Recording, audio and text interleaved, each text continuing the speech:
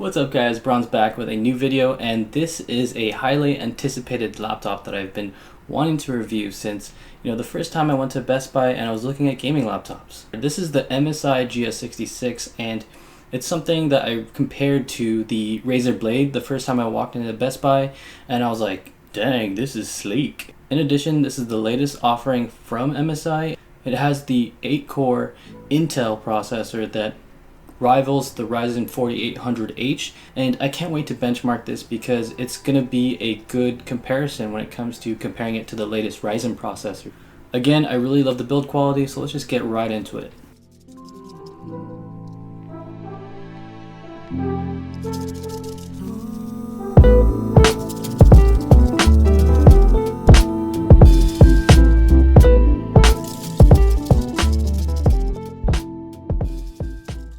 So my configuration comes in the 8-core Intel processor, a RTX 2060 GPU, and I confirm that this is the Max P version. This is only the 80-watt version, more on that later. 16 gigabytes of RAM and 512 gigabytes of storage.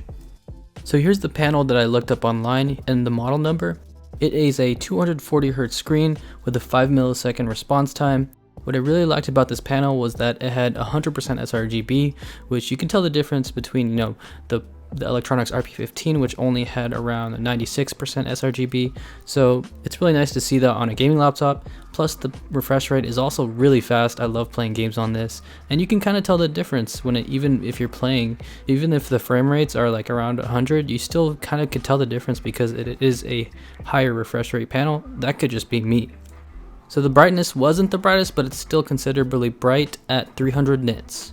So the reason why I picked up the GS66 Stealth and why I was so attracted to it was because of the build quality. The main thing about this chassis is that it's a metallic aluminum, but it does feel sturdy, so it does feel all aluminum build, and you can't go wrong with choosing this laptop if you're looking for top-notch build quality. So the size comparison is just as big as the Electronics RP15, and I think this is listed around 4.6 pounds, so it's a little bit heavier but not too much heavier. Again, this laptop is targeted towards consumers that want to travel and carry around a powerful gaming laptop.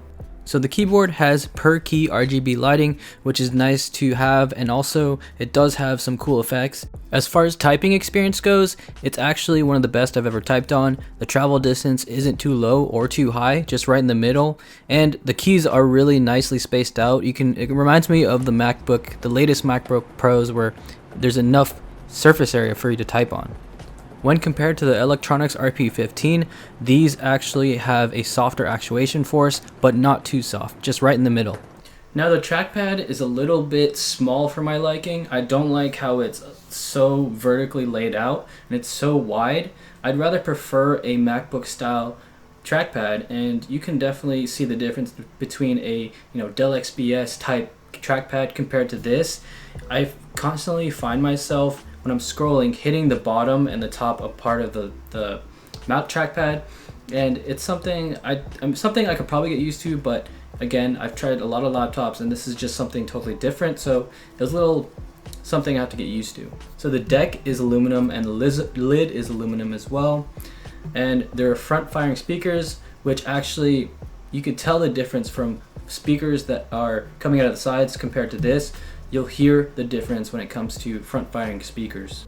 So let's move on to performance, and the MSI GS66 with the 8-core Intel processor is only the middle of the pack when it comes to comparing it against other Ryzen laptops and the latest Ryzen processors. It also performs at above 100 watts, so it's going to generate more heat, but I'll get more into that in another video where I compare the Intel and the Ryzen processor equivalent, so stay tuned for that. But still, you're getting very powerful CPU performance that will last you 5 years or so, especially if you're a content creator and you like to game on the go. This has an amazing screen, so this was perfectly tailored for content creators who want to have a powerful CPU. Unfortunately, you can see here that the 8th core processor does get really hot, up to 96 degrees and up, while the Legion 5 and the Electronics RP15, they do stay relatively cool, especially when it comes to maxing out your CPU performance. Onto the GPU performance, the Time Spy scores scored slightly above the HP Omen 1660 Ti, and this is actually an accurate score because it only reaches up to 80 watts, and I was a little bit disappointed because I thought that MSI was putting the new GPUs, which reaches up to 115 watts, but I mean, this was a little bit of a letdown, so I cannot recommend this laptop if you're looking for the best performing RTX 2060. When compared to the higher boosted 115 watt version of the 2060 in the Electronics RP15, you're only losing about 6 frames per second, and the same can be said with Overwatch.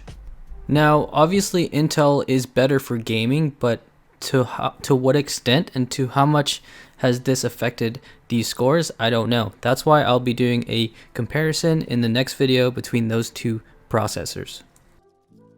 So here is a quick soundbite of the fan noise that's coming out of the side vents, and it's pretty loud when you put the laptop into the turbo performance mode, but if you bring the fans down to automatic, then the decibels will reach up to 50 decibels, so it's not too loud when you do that, but 60 decibels is way too loud for me. I definitely have to put on headphones in order to play video games.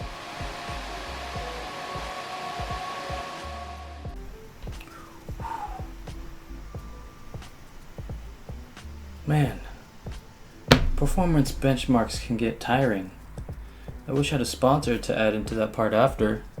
Alright guys, so in conclusion, I really like this gaming laptop. Unfortunately, the fans were too loud for me, and in addition, I'm not sure if the 10th gen 8-core Intel processor is for me, because I do want the best thermals. But if you're looking at deals, if you're looking at Intel for its quick sync, then I recommend picking up this laptop. It does make a world of a difference when you're exporting videos, especially with quick sync enabled with certain applications.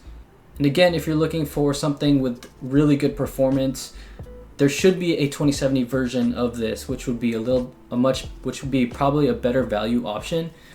And there are other chassis and there are other manufacturers of, kind of like electronics, how they have their version of the 4800H laptop with the RP15. There are laptops with other companies that sell a 10th gen 8-core Intel laptop that have pretty good thermals, and I recommend those if you don't care about build quality. Again, you're getting the top of the line build quality with this. Again, I could recommend this if you don't care about fan noise and if you don't really mind the high temperatures. So stay tuned with the follow-up video that's going to include benchmarks and comparisons with the 10th gen 8-core Intel processor, and in addition I'm going to compare it with the Ryzen 4800H and amongst other processors that I've gathered data for. So stay tuned for that, and again, if you like this video, give it a like, and if you want to subscribe and stay tuned for other tech stuff. I do a lot of other reviews. I actually just got my hands on the RTX 3070, so I'm going to be doing testing on that with my ITX cases. And there are a few laptops that I have in mind that I want to review. If you have any questions or have any laptops or any other products that you want to see reviewed, definitely leave a comment below. And again, peace out.